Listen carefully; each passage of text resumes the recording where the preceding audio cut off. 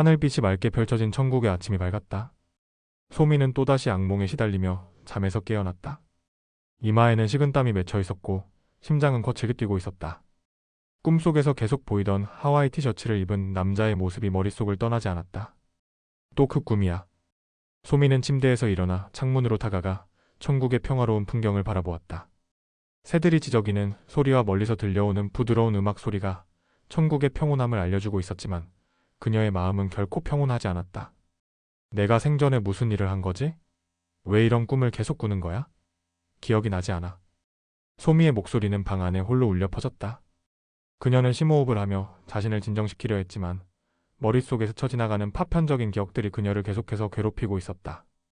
한편 부엌에서는 해숙이 앞치마를 두르고 아침 식사를 정성껏 준비하고 있었다. 팔순의 나이에도 여전히 가족을 위해 움직이는 그녀의 모습은 천국에서도 변함없었다. 고낙주는 테이블에 앉아 천국 일간지를 펼쳐보고 있었다. 이제 복직했으니 정신 바짝 차려. 또 규칙 어기면 이번엔 정말 큰일 날 거야. 해숙이 밥그릇을 테이블에 내려놓으며 말했다. 낙주는 천진난만한 미소를 지으며 고개를 끄덕였다. 알았어. 당신 덕분에 무사히 복직했으니 이제 열심히 일할게. 걱정하지 마. 그때 소미가 부엌으로 들어왔다. 그녀의 얼굴은 창백했고 눈 밑에는 다크서클이 짙게 드리워져 있었다. 어머, 얼굴이 왜 그래? 또 악몽 꿨어? 해숙이 걱정스러운 표정으로 물었다. 소미는 고개를 끄덕이며 테이블에 앉았다. 네. 어제 본 그 하와이 티셔츠 남자요. 자꾸 꿈에 나와요. 그럼 기억이 조금씩 돌아오는 건가? 낙준이 진지한 표정으로 물었다. 네, 하지만 기억이 나면 날수록 더 무서워져요. 제가 무슨 큰 잘못을 저질렀던 게 아닐까 두려워요. 소미의 목소리는 떨리고 있었다. 해숙은 소미의 어깨를 가볍게 두드리며 위로했다. 걱정 마. 우리가 도와줄게. 일단 아침이나 든든히 먹어. 빈속에 걱정만 하면 병난다. 소미는 작은 미소를 지으며 고개를 끄덕였지만 여전히 불안한 기색이 역력했다. 아침 식사를 마친 후 낙주는 천국지원센터로 출근했다. 복직 첫날 그는 센터장에게 인사를 하기 위해 사무실로 향했다. 센터장님, 다시 일할 수 있게 해주셔서 감사합니다. 낙주는 공손하게 인사했다. 센터장은 고개를 끄덕이며 미소를 지었다. 자네를 다시 보게 되어 반갑니다. 하지만 이번이 마지막 기회라는 걸 명심하게. 규칙은 반드시 지켜야 해. 네, 명심하겠습니다. 낙주는 진심을 담아 대답했다. 오늘은 특별히 중요한 임무가 있네. 오랫동안 기다려온 가족 상봉이 있어. 센터장은 서류 한 장을 낙준에게 건넸다.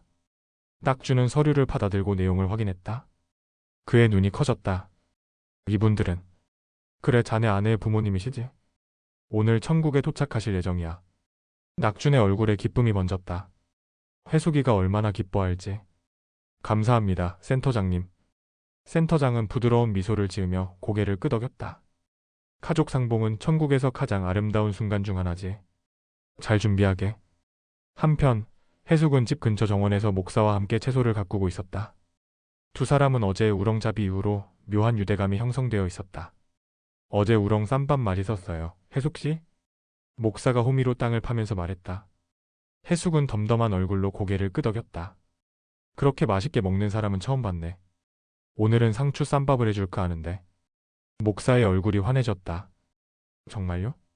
제가 도울 일 있으면 뭐든지 말씀하세요. 그럼 저기 물 좀 길어와요. 채소에 물을 줘야 해. 해숙이 물뿌리개를 가리키며 말했다. 목사가 물을 길러간 사이 해숙의 눈앞에 갑자기 낙준이 나타났다. 그의 얼굴은 기쁨으로 가득 차 있었다. 해숙아, 큰일 났어? 낙준이 숨을 헐떡이며 말했다. 해숙은 놀라 자리에서 일어났다. 무슨 일이야? 또 뭐 잘못했어? 아니, 큰일이 아니라 좋은 일이야. 당신 부모님이 오늘 천국에 오신대. 해숙의 얼굴이 굳었다. 오랜 세월 동안 만나지 못했던 부모님. 그녀는 감정을 추스르지 못하고 자리에 주저앉았다. 부모님이? 해숙의 목소리가 떨렸다. 낙주는 그녀의 손을 잡았다. 그래, 우리 같이 마중 나가자. 센터장님이 특별히 허락하셨어. 해숙은 말없이 고개를 끄덕였다. 오랜 시간 동안 가슴에 묻어두었던 그리움이 한꺼번에 밀려왔다.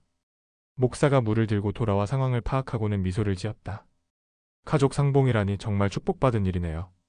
저도 함께 기도하겠습니다. 한편 소미는 혼자 천국의 거리를 돌아다니고 있었다. 기억을 찾기 위해 여기저기 다니는 중이었다.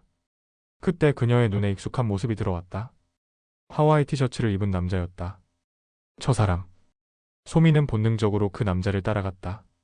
남자는 어딘가로 급하게 걸어가고 있었고 소미는 그의 뒤를 조심스럽게 밟았다. 그들이 도착한 곳은 천국의 한적한 호수였다. 남자는 호수 앞에 서서 무언가를 바라보고 있었다. 소미는 용기를 내어 그에게 다가갔다. 저기, 혹시? 남자가 돌아보자 소미는 숨을 멈췄다. 낯선 얼굴이었다. 하와이 티셔츠만 비슷했을 뿐 꿈에서 본 그 사람이 아니었다. 무슨 일이세요? 그 남자가 물었다. 소미는 당황하며 고개를 저었다. 아니에요. 다른 사람인가 봐요. 죄송합니다. 실망한 채 돌아서는 순간 갑자기 소미의 머릿속에 기억이 번쩍 스쳐 지나갔다. 하와이 티셔츠를 입은 남자와 그녀가 호수 근처에 있었다. 그리고 그들 사이에 격렬한 다툼이 있었다. 아? 소미는 머리를 부여잡고 주저앉았다.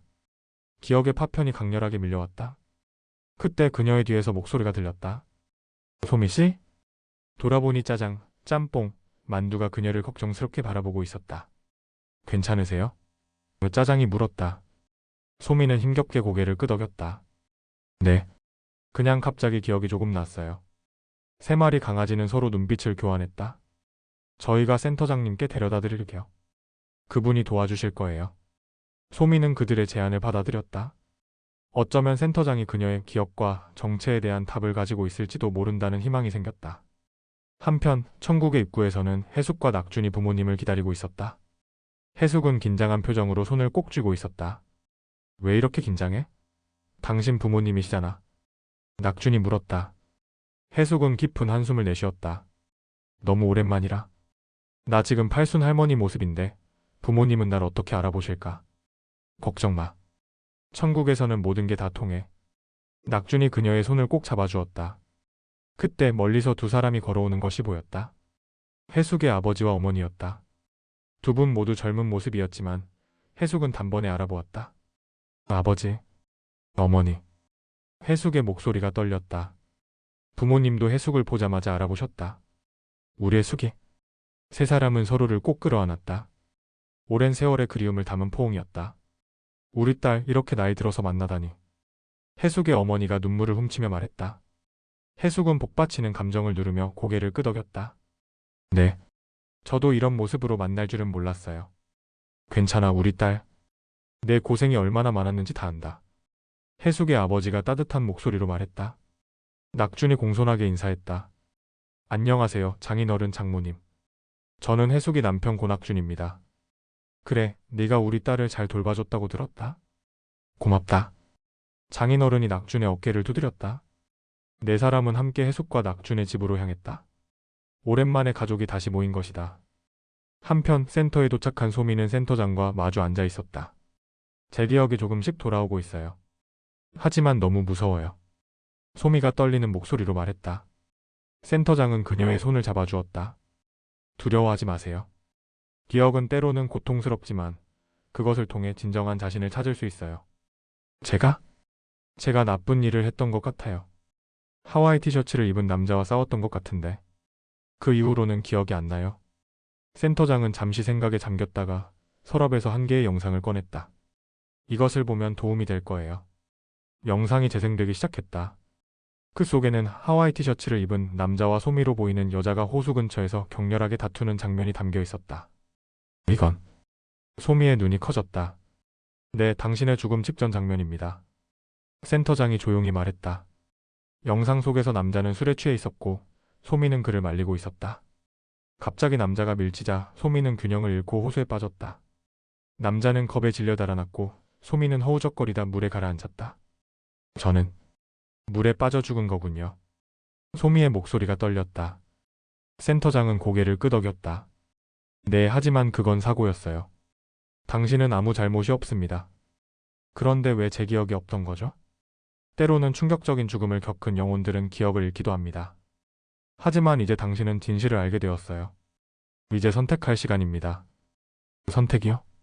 센터장은 부드럽게 미소 지었다. 네, 당신은 이제 두 가지 길 중 하나를 선택할 수 있어요. 하나는 지상으로 돌아가 미완의 삶을 마무리하는 것, 다른 하나는 여기 천국에 남는 것입니다. 소미는 깊은 생각에 잠겼다. 그녀의 머릿속에는 해숙과 낙준, 그리고 천국에서 만난 다른 이들의 얼굴이 스쳐 지나갔다.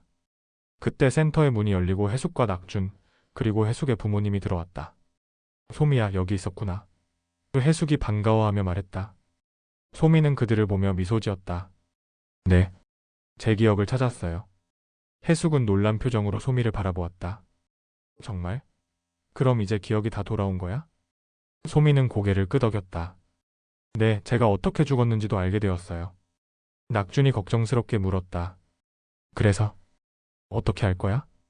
소미는 잠시 침묵했다가 결심한 듯 말했다. 저는 지상으로 돌아가려고 해요. 아직 제가 해야 할 일이 남아 있어요. 해숙은 아쉬운 표정을 감추지 못했지만 이해한다는 듯 고개를 끄덕였다. 그래, 네가 가야 할 길이라면 가야지. 하지만 걱정 마세요. 언젠가 우리 다시 만날 거예요. 소미가 그들의 손을 잡으며 말했다. 센터장이 나섰다. 지상으로 돌아가면 당신은 새로운 삶을 시작하게 됩니다. 하지만 이곳에서의 기억은 점차 희미해질 거예요. 소미는 결연한 표정으로 고개를 끄덕였다. 알겠습니다. 준비됐어요. 목사가 문을 열고 들어왔다. 소미 씨 가시기 전에 이것을. 그는 작은 펜던트를 건넸다. 천국의 빛을 담은 거예요. 어둠 속에서도 당신을 밝혀줄 거예요. 소미는 감동한 표정으로 펜던트를 받아들었다. 고마워요, 목사님. 이제 모든 준비가 끝났다. 소미는 마지막으로 모두에게 작별 인사를 했다. 해숙 할머니, 낙준 할아버지 정말 감사해요. 당신들이 아니었다면 제 기억을 찾지 못했을 거예요. 해숙은 눈시울을 붉히며 소미를 껴안았다. 잘 가, 소미야. 행복하게 살아. 소미는 센터장을 따라 지상으로 가는 문으로 향했다. 문이 열리고 밝은 빛이 쏟아져 나왔다. 안녕히 계세요. 소미의 마지막 인사가 들려왔다. 문이 닫히고 천국은 다시 평온을 찾았다. 해숙과 낙주는 서로를 바라보며 미소 지었다. 이제 그들에게는 해숙의 부모님과 함께하는 새로운 천국 생활이 펼쳐질 것이다. 그리고 지상 어딘가에서 새로운 삶을 시작한 소미는 가끔 밤하늘을 올려다보며 미소 짓곤 했다. 가슴속에 담긴 천국의 빛이 그녀를 항상 따뜻하게 비추고 있었으니까.